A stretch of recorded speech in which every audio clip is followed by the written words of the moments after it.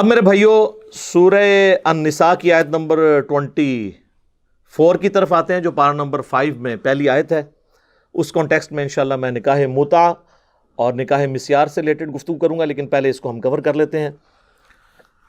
اعوذ باللہ من الشیطان الرجیم، بسم اللہ الرحمن الرحیم۔ والمحصنات من النساء الا ما ملکت ایمانکم، یہ پچھلے کے ساتھ ریلیٹڈ ہے کہ یہ بھی ٹیمپرری طور پر حرام رشتہ ہے۔ ایسی عورتیں جن کے آلریڈی خامند ہوں، محسنہ ہوں، ایک قلعے کے اندر قید ہیں، ان کا آلریڈی کوئی خامند ہے، وہ عورتیں بھی تمہارے لیے وقتی طور پر حرام ہیں۔ ہاں یہ ہے کہ وہ طلاق دے دے پھر الگ معاملہ ہے، تو ایک وقت میں ایک عورت ایک ہی شادی کر سکتی ہے، لیکن ایک ایکسیپشن ہے، الا ما ملکت ایمانکم، ہاں جو کنیزیں تمہارے ہاتھ لگ جائیں، یعنی غیر مسلموں کی وہ عورتیں جو ہے تو شادی شدہ تھیں لیکن جنگ لڑنے کے لیے میدان جنگ میں آئی تھیں اور ان کے خامند مارے گئے۔ اب دو حال ہیں، ایک تو ہے کہ وہ عورتیں واپس کر دی جائیں تاکہ وہ اپنے بچوں کو جوان کر کے مسلمانوں پہ دوبارہ چڑھ دوڑائیں، اور دوسرا حال یہ ہے کہ ان عورتوں کو اپنے پاس رکھا جائے اور ان کی تربیت کی جائے اور ان کو وہ حقوق دیے جائیں۔ کس لیول تک حقوق ہیں کہ جو خود کھاتے ہو وہی اپنے غلاموں کو اور کنیزوں کو کھلانا ہے، تاکہ کم از کم ان کی آنے والی نسلیں اسلام میں داخل ہو جائیں۔ تو اب وہ جو شادی شدہ عورتیں ہیں جو مسلمانوں کے ہاتھ لگی، تو ان کے ساتھ بھی ازدواجی تعلق بغیر نکاح کے بھی کر سکتے ہیں جب تک وہ لونڈیاں ہیں۔ ہاں اگر کوئی لونڈی کو آزاد کر دے اور پھر اس سے شادی کر لے پھر تو وہ بیوی ہے، جس طرح کہ بخاری مسلم میں آتا ہے کہ سیدہ صفیہ کو نبی علیہ السلام، یہ یہودیہ تھیں، مسلمان ہو گئیں اور لونڈی بن کے نبی علیہ السلام کے پاس آئیں، تو آپ نے ان کو آزاد کر دیا اور ان کی آزادی ہی ان کا حق میں ٹھہرا اور ام المؤمنین وہ بن گئی رضی اللہ تعالی عنہا وسلام اللہ علیہ۔ تو نبی علیہ السلام نے اپنے عمل سے ثابت کیا۔ البتہ اگر آپ اس کو آزاد نہ بھی کرتے تب بھی اس کے ساتھ تعلق قائم کر سکتے ہیں، اگرچہ وہ شوہروں والی ہیں، ان کے شوہر چاہے مر چکے ہوں یا زندہ ہوں، دونوں صورتوں میں، چونکہ اب وہ لونڈی بن چکی ہیں، لیکن اس میں بھی شرائط ہیں۔ یہ اگر وہ پریگننٹ ہے پھر نہیں کر سکتے، ٹھیک ہے، یعنی وہ والا جو باقی کیسز جو ہیں وہ اپنی جگہ رہیں گے جو عورتوں کے حوالے سے ہوتے ہیں، اس کو کہتے ہیں استبرا ہونا چاہیے، یعنی ان کا حمل خالی ہو، حیض والا ایشو نہ ہو، وہ پوری کی پوری چیزیں۔ ولادہ سے ایک ٹاپک ہے، میں اس کو سکپ کرتا ہوں۔ اس حوالے سے صحیح مسلم میں ایک حدیث ہے، نبی علیہ السلام کو یعنی شکایت لگائی گئی اس حوالے سے کہ کسی نے کسی حاملہ لونڈی کے ساتھ تعلق قائم کیا ہے یا کوشش کی ہے، تو آپ نے فرمایا کہ میں نے ارادہ کیا کہ میں اس پہ ایسی لعنت کروں جو قبر تک اس کے ساتھ اندر جائے، کہ ان کو نہیں پتا کہ اس طریقے سے معاملہ نہیں کیا جائے گا۔ تو یہ جو لونڈیوں والا سسٹم ہے، اس پہ ڈیٹیل سے اگر آپ نے پڑھنا ہے نا، تو مولانا مودودی رحمہ اللہ کی کتاب ہے الجہاد فی الاسلام، جس میں ساری حکمتیں اس کو ڈسکس کی گئی ہیں، اور انہی آیت جو یہ سورہ نساء کی آیت نمبر 24 کے کانٹیکسٹ میں آپ تفہیم القرآن بھی پڑھ لیں، وہاں پہ بھی انہوں نے چیزیں ڈسکس کی ہیں، وہ آج ٹاپک نہیں ہے۔ بہرحال اینڈ رزلٹ یہ ہے کہ آج کی ڈیٹ میں یہ سسٹم آبسلیٹ ہو چکا ہے اسلام کے ڈسکریج کرنے کی وجہ سے۔ آج کوئی لونڈیوں والا سسٹم باقی نہیں ہے کہ کوئی پیسے دے کے تو کوئی علاقہ غیر سے یا وہ کے پی سے جا کے عورت خرید کے لے آئے یا کوئی فلپائن والی عورت خرید کے لے آئے، نہیں، وہ نہیں ہوگی، وہ زنا ہی ہوگا۔ اب یہ سسٹم آبسلیٹ ہو چکا ہے، یہ ختم ہو چکا ہے سسٹم، کیونکہ غلامی دنیا سے ختم ہو چکی ہے۔ اسلام نے جگہ جگہ آپ دیکھیں کئی ایک گناہوں کے کفارے کے طور پر غلام کو آزاد کرنے کی ترغیب دلائی، آہستہ آہستہ ایسا ڈسکریج ہوا، یہ سسٹم ختم ہو گیا الحمدللہ۔ الا ما ملکت ایمانکم، ہاں جو کنیزیں ہیں ان کا معاملہ الگ ہے۔ کتاب اللہ علیکم، یہ اللہ تعالیٰ نے تم پر شریعت فرض کی ہے۔ وَأُحِلَّ لَكُم مَّا وَرَاءَ ذَلِكُمْ، اور تم پر حلال کر دی گئی ہیں ان کے سوا تمام عورتیں، یعنی یہ جو حرمت والے 12 رشتے پچھلی آیت میں بیان ہوئے، آیت نمبر 23 میں، جو محرمات ابدیہ ہیں، اور کچھ ایسے جو وقتی طور پر حرام ہیں، جیسے 2 بہنوں کو اکٹھا جمع کرنا، پھوپھی اور بھتیجی کو اور خالہ اور بھانجی کو جمع کرنا، یا جس عورت کی آلریڈی شادی ہے اس کو آپ اپنے عقد میں نہیں لے سکتے، یہ ٹیمپرری کو بھی اور پرمنٹ چھوڑ کے، ان کے علاوہ دنیا کی ہر عورت تمہارے لیے حلال ہے کہ تم اس کے ساتھ شادی کر سکتے ہو۔ تو آپ دیکھ لیں، حرام بہت تھوڑا ہے، حلال بہت زیادہ ہے، بشرطے کہ آپ کو رشتہ مل جائے، ٹھیک ہے۔ ما وراء ذالکم، اس کے سوا سب کے سب آپ کے لیے حلال ہیں بشرطے کہ رشتہ ہو جائے۔ ان تبتغوا باموالکم محسنین غیر مصافحین، کہ تم اپنے مال کے ذریعے ان کے ساتھ رشتہ قائم کرو، یعنی حق مہر کے عوض ہی نکاح ہوتا ہے نا، ورنہ تو نکاح ہو ہی نہیں سکتا۔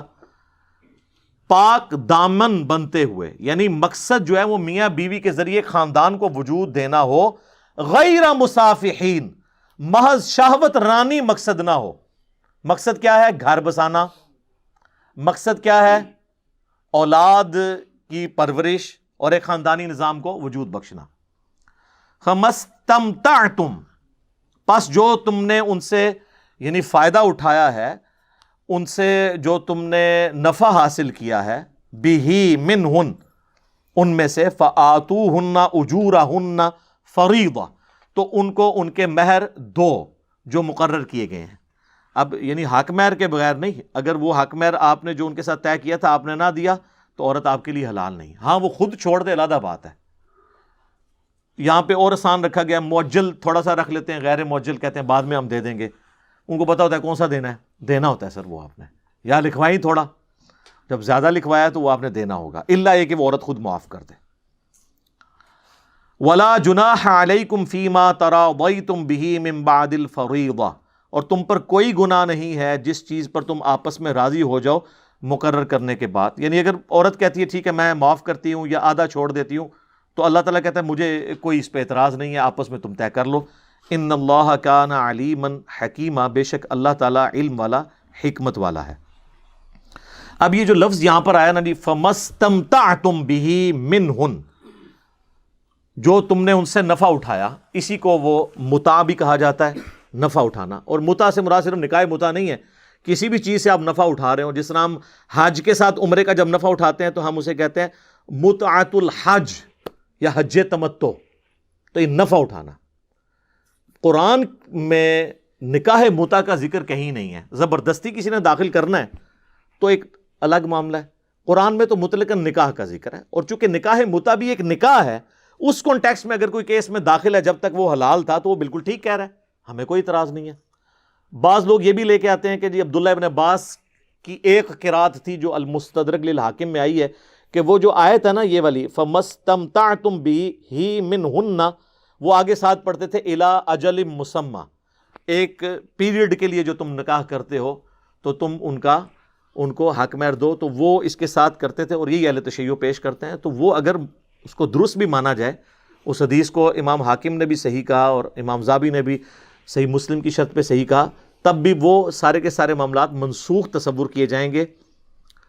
اور اہل سنت کے ہاں تو ایٹ لیسٹ اس کا اجماع پایا جاتا ہے کہ نکاح متع جو تھا وہ اب قیامت تک کے لیے منسوخ ہو چکا ہے، یہ نہیں ہے کہ پہلے نہیں تھا، پہلے تھا۔ تو نکاح متع ہو یا نکاح مسیار کی جو فارم جو اس سے ملتی جلتی بلکہ اس سے بھی گئی گزری ہے، تو میں بتا دیتا ہوں دونوں جو ہیں وہ حرام ہیں۔ اس کانٹیکسٹ میں اب آپ کو وہ ریلیٹڈ احادیث بتا دیتا ہوں۔ متع کہتے ہیں نفع اٹھانے کو، نکاح متع ہوتا ہے، یہ ہوتا نکاح ہی ہے، یہ کوئی وہ والا معاملہ نہیں ہے کہ وہ بچہ پیدا ہوگا تو وہ وارث نہیں، وہ جو بچہ پیدا ہوگا وہ وارث بھی ہوگا اپنے باپ کا، اس کو وراثت میں حصہ ملے گا، وہ سارے باقی سٹیٹس وہی رہیں گے۔ لیکن نکاح متع یہ ہوتا ہے کہ آپ نے کم از کم 3 دن کے لیے ہوتا تھا، زیادہ جتنے بھی دن کر لیں، 3 دن کے بعد یعنی جو دن بھی آپ نے طے کیے اس کے بعد آٹومیٹکلی وہ نکاح ختم ہو جائے گا جیسے اس کی ٹائم پیریڈ پورا ہوگا۔ لیکن جو اولاد پیدا ہوگی وہ اس کا باپ وہی ہوگا، اس کو وراثت میں بھی باقی سارے معاملات وہی چلیں گے، تو اسی لیے نکاح متع کہا جاتا ہے۔ تو اب اس کو کوئی یہ نہیں کہہ سکتا یہ کوئی بدکاری تھی، ورنہ تو بخاری مسلم میں ہے کہ صحابہ کرام نے کیا ہے، تو آپ اس کو کیسے کہہ سکتے ہیں نبی علیہ السلام کی اجازت سے کیا ہے؟ وہ صحیح بخاری اور صحیح مسلم دونوں میں حدیث ہے کہ جابر بن عبداللہ کہتے ہیں کہ ہم لوگ رسول اللہ صلی اللہ علیہ وآلہ وسلم کے زمانے میں، حضرت ابوبکر کے زمانے میں اور حضرت عمر کے شروع کے زمانے میں متعۃ النکاح، متعۃ النساء یعنی عورتوں کا متع، اور متعۃ الحج یعنی حج کا متع یعنی حج تمتع، ایک ہی سفر میں حج اور عمرے کو جمع کرنا، یہ کیا کرتے تھے۔ پھر حضرت عمر نے اسے سختی کے ساتھ منع فرما دیا کہ یہ حرام ہو چکا ہے۔ ظاہر خبر سب تک نہیں پہنچی ہوئی تھی تو حضرت عمر نے اس کو اسٹیبلش کیا۔ آج والا تو نہیں تھا انٹرنیٹ والا دور کے جی ایک بات یہاں سے کلپ چڑھا سب کو پتہ چل گیا، تو ایسا نہیں ہوتا تھا، چند لوگوں کو پتا تھا، پھر آہستہ آہستہ وہ چیز اسٹیبلش ہو گئی۔ جس طرح شراب بھی کچھ سٹیجز میں حرام ہوئی ہے، یہ بھی کچھ سٹیجز کے اندر ہوا ہے۔ اسی کانٹیکسٹ میں ایک اور حدیث ہے صحیح بخاری اور صحیح مسلم میں کہ مولا علی رضی اللہ تعالیٰ عنہ نے حضرت عبداللہ ابن عباس کو آبزرو کیا کہ وہ نکاح متع کے بارے میں نرم رویہ رکھتے تھے اور وہ نوجوانوں کو اس کی حق میں فتویٰ دے دیتے تھے. تو حضرت علی نے ان کو ڈانٹا ابن عباس کو اور کہا رک جاؤ اس سے. نبی صلی اللہ علیہ وآلہ وسلم نے غزوہ خیبر کے موقع پر نکاح متع سے یعنی متعۃ النساء سے منع فرما دیا. متعۃ الحج تو باقی ہے، حج تمتع وہ تو افضل ترین حج ہے، وہ آج تک باقی ہے، وہ الگ سے احادیث ہے. اور پالتو گدوں کے گوشت کو بھی حرام کر دیا. البتہ یہ بات ٹھیک ہے کہ صحیح بخاری میں آتا ہے کہ ابن عباس فتویٰ ہمیشہ یہی دیتے تھے کہ یہ جائز ہے، لیکن صحیح بخاری میں موجود ہے جب ان کے غلام نے کہا کہ یہ اس صورت میں ہے کہ جب کوئی شخص سفر میں ہو یا عورتوں کی کمی ہو جائے اور مجبوری میں کہیں پہ معاملہ ہو جائے جہاد کے دوران. تو عبداللہ بن عباس نے کہا ہاں میں بھی اسی صورت میں اسے جائز سمجھتا ہوں، عام حالت میں نہیں ہے. اور سر حیران کن بات آپ کو بتاؤں، شیعہ بھی عام حالت میں نکاح متع کو حرام سمجھتے ہیں. جن کی بیویاں ہیں ان کے لیے نہیں وہ کہتے متع کریں جی، وہ یہ کہتے ہیں آپ جہاد میں گئے ہیں یا دوسرے ملک چلے گئے جہاں آپ اپنی بیوی نہیں ساتھ لے کے جا سکے تو وقتی طور پر نکاح کر لیں. مطلقاً نہیں ہے جس طرح پبلک میں مشہور ہے. اور یہ ابن عباس کا بھی موقف تھا، لیکن یہ ابن عباس کا موقف شاذ ہے، صحابہ کے اجماع کے خلاف ہے. اور اس حوالے سے امام بخاری نے بھی پورا چیپٹر باندھا ہے اور باقاعدہ اپنا قول بھی لکھا ہے کہ نکاح متع اب ہمیشہ کے لیے منسوخ ہو چکا ہے. اور صحیح مسلم میں بھی امام نووی نے چونکہ اس کے بعد باب باندھے ہیں، مسلم شریف کے امام مسلم نے خود نہیں باندھے تھے، چھوڑ دیے تھے انہوں نے بھی یہی باب باندھا ہے کہ یہ ہمیشہ کے لیے حرام ہے. لہٰذا اہل سنت میں تو اتفاق ہے. اس لیے اہل سنت کے علماء کی جب آپ تقاریر سنیں یا ان کی کتابیں پڑھیں تو وہ بنیادی حدیث یہی لے کے چلتے ہیں جو صحیح بخاری اور صحیح مسلم دونوں میں ہے. ایک تو ابن عباس والی بتائیے، ایک الگ سے بھی ہے کہ مولا علی رضی اللہ تعالیٰ عنہ کہتے ہیں کہ نبی صلی اللہ علیہ وآلہ وسلم نے غزوہ خیبر کے موقع پر پالتو گدوں کے گوشت کو اور نکاح متع کو حرام فرما دیا تھا.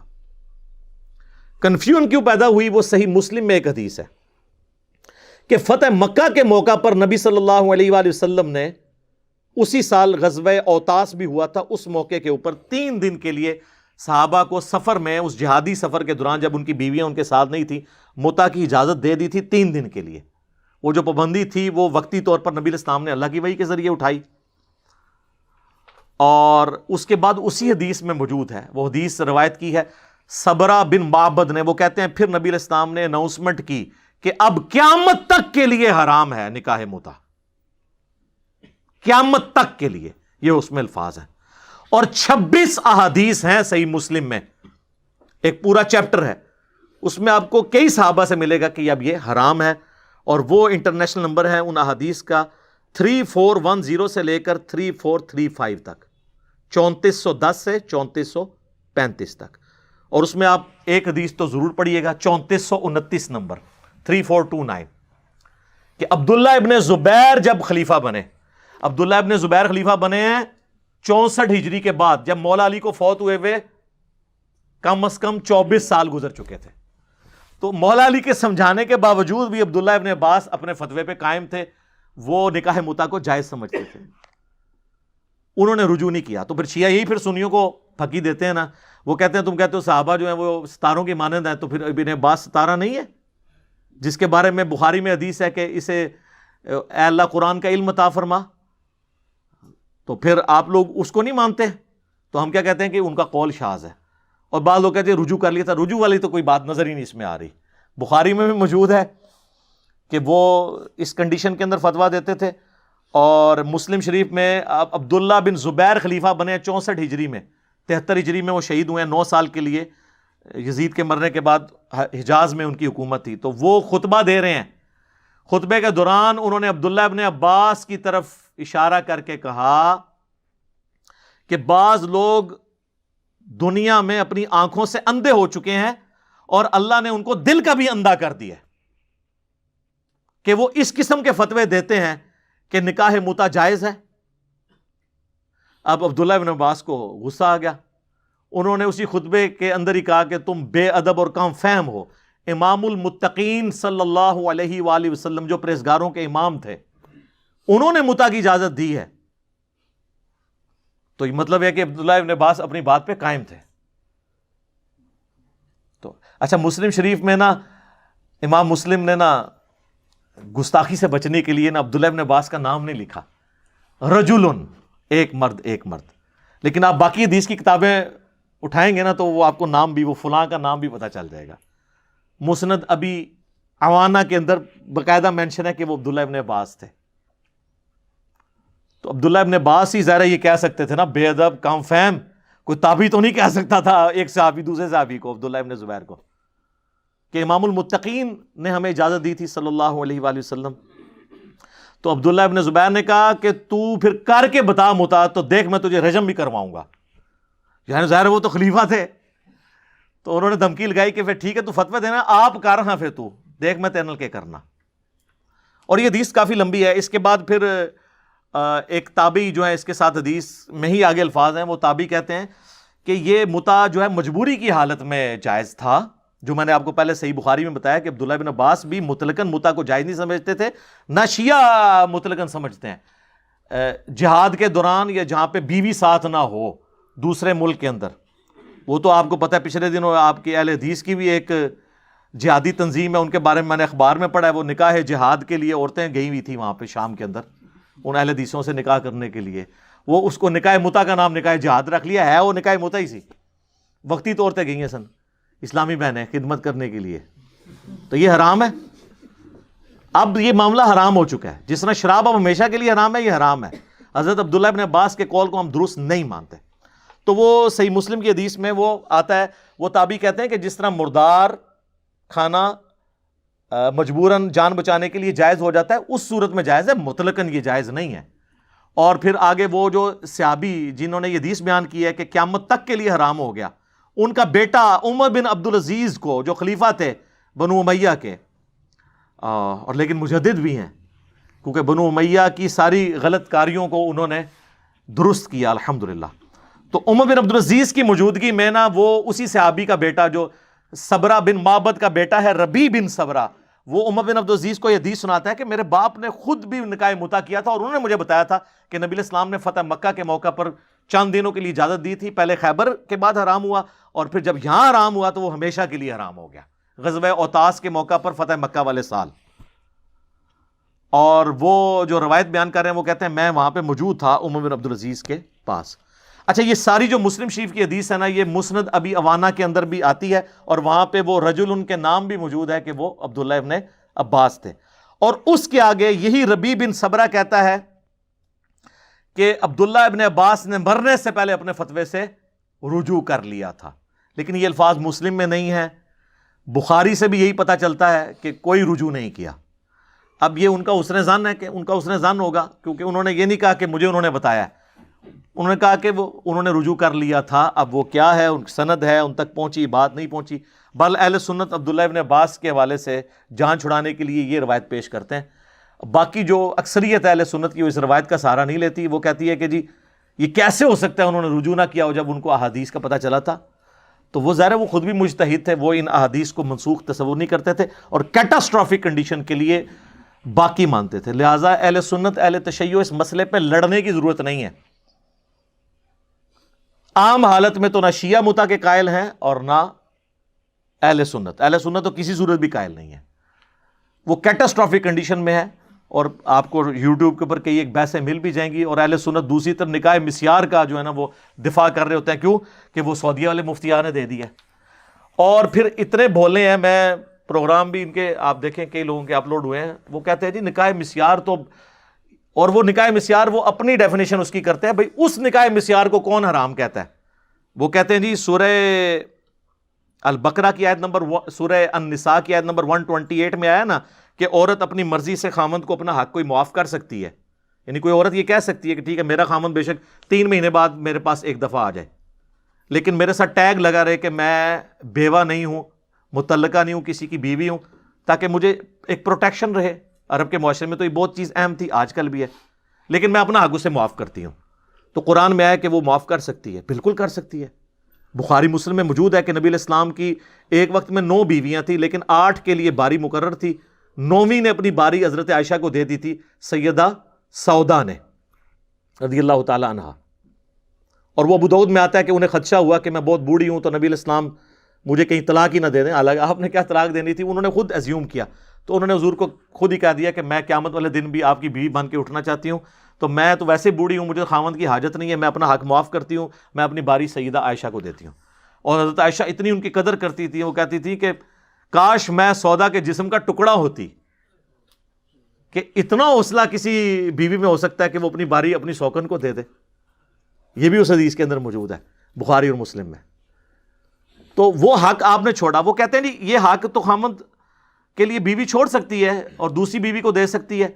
تو نکاح مسیار بھی یہی ہے. مرنا جاتے اگر تیرا یقین ہوتا یہی ہو اگر نکاح مسیار, تو اس کو کون کہے گا حرام؟ مسیار کا مطلب ہے سیر والا نکاح. بس کبھی کبھار سیر کرنے کے لیے آپ چلے جائیں اس بیوی کے پاس, تاکہ بس سر یہ میری بیوی ہے. لیکن یہ سیر والا معاملہ دوسرا بھی ہے. عرب میں شیخ یہ نہیں کر رہے ہیں. وہ مفتی اعظم سعودیہ کا فتویٰ ہے عبدالعزیز بن باز کا, جو فوت ہو چکے 99 میں, کہ جو عرب لڑکے یورپ اور امریکہ میں پڑھنے جاتے ہیں 3 سال 4 سال کے لیے, تو اپنی بیوی ساتھ نہیں لے کے جا سکتے. وہاں پہ اپنے ذہن میں رکھتے ہوئے کسی عورت کے ساتھ شادی کر لیں کہ میں جاتے وقت سے طلاق دے دوں گا, پہلے ہی بسانے کی نیت سے نہیں. اور کہتے ہیں اگر یہ کہا نا کہ میری 3 سال کی پڑھائی ہے اور 3 سال کے لیے نکاح کرتا ہوں تو یہ نکاح متع بن جائے گا اور وہ تو حرام ہے. دیکھو, تو ذہن میں رکھ لیں. اب مجھے ایمانداری سے بتائیں, نکاح متع پھر زیادہ برا ہوا یا یہ والا سو کارڈ نکاح مسیار کے جس میں آپ دھوکہ بھی دے رہے ہیں؟ اس سے تو بہتر تھا اگر آپ نے چلنا ہی تھا تو 3 سال کے لیے کر لیتے. کہتے ہیں نہیں, خود ذہن میں رکھیں, اگر آپ نے ٹائم پیریڈ طے کیا تو وہ تو نبی نے حرام فرمایا ہوا ہے. وہی بات ہے کہ ماں باپ کو اف تک مت کو, گالیاں نکال لو, مار بھی لو, یہ وہی چیز ہے.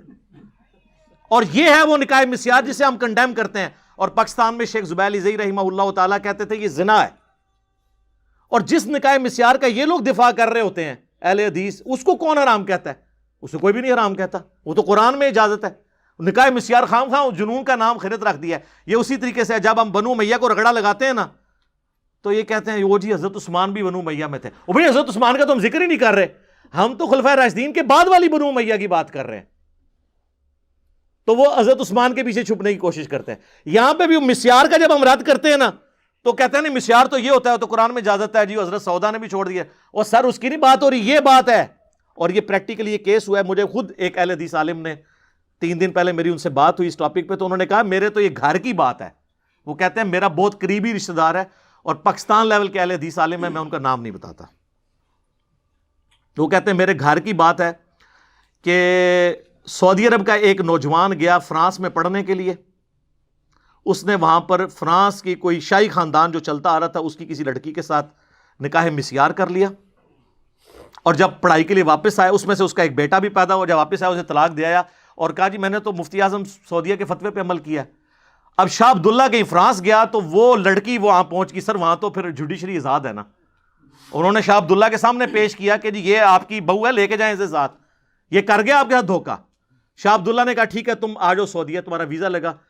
سعودیہ آئے, اس لڑکے کو بلا کے شاہ عبداللہ نے کہا جو پچھلے والے کنگ تھے کہ یہ تو تیری بیوی تھی. تو اس نے کہا جی میں تو مفتی اعظم کے فتوے پہ عمل کیا ہے. وہ مفتی سارے پاس ہی لائٹ ڈوبتے رہے. حالانکہ انہی کے لیول کے ان کے بعد جو مفتی اعظم تھے نا صالح العثیمین, انہوں نے بن باز کا رد کیا ہے کہ اس کا یہ حرام ہے فتویٰ. وہ نہیں تھے اس فتوے کو جائز سمجھتے, وہی سعودیہ سے ہی ان کا رد ہوا. تو شاہ عبداللہ نے کہا بھی اس کو بساؤ. اس نے کہا میں نے نہیں رکھنی. اور نقصان کیا ہوا, اس کا جو بیٹا تھا جو مسلمان تھا, اس کا نام اب میں نہیں بتاتا, پھر یہ پہنچ جائیں گے کس کی بات کر رہے ہیں. نام بھی مجھے پتا ہے. وہ اس نے اپنی بہن کو دے دیا, وہ اب آج عیسائی ہے اور جوان ہو چکا ہے. اور یہ جو اہل حدیث عالم کہتے ہیں کہ میرا بہت قریبی رشتہ دار, بہت ہی قریبی, اب وہ میں رشتہ بھی نہیں بتاتا ورنہ تب بھی یہ پہنچ جائیں گے, جو سعودی نیشنل تھا, اس نے پھر والنٹیئرلی پھر شاہ عبداللہ نے کہا یار کوئی تم میں سے اس سے شادی کر لے. تو اس نے پھر اس کے ساتھ شادی کی کہ یار ہماری عزت رہ جائے. اور اس کی وجہ سے اس فرینچ عورت کو نیشنلٹی بھی مل گئی. اور مزے کی بات, وہ آخری وقت تک ابھی بھی زندہ ہے, وہ سعودیہ میں رہ رہی ہے. وہ اس نے اسلام نہیں چھوڑا, وہ مسلمان ہی ہے. اور مسلمانوں نے مفتیوں کے فتووں کے ساتھ یہ کیا ہے. یہ وہ فتویٰ ہے جس کو ہم حرام سمجھتے ہیں اور نکاح متع سے بدتر سمجھتے ہیں, اس طرح کے نکاح مسیار کو. اور آپ جس طریقے سے چھپنے کی کوشش کر رہے ہیں اس نکاح متع کو پاگل ہے جو نکاح مسیار کو حرام کہے گا. وہ والا مسیار اور ہے, یہ مسیار اور ہے, سیر سپاٹے والا. ٹھیک ہے جی.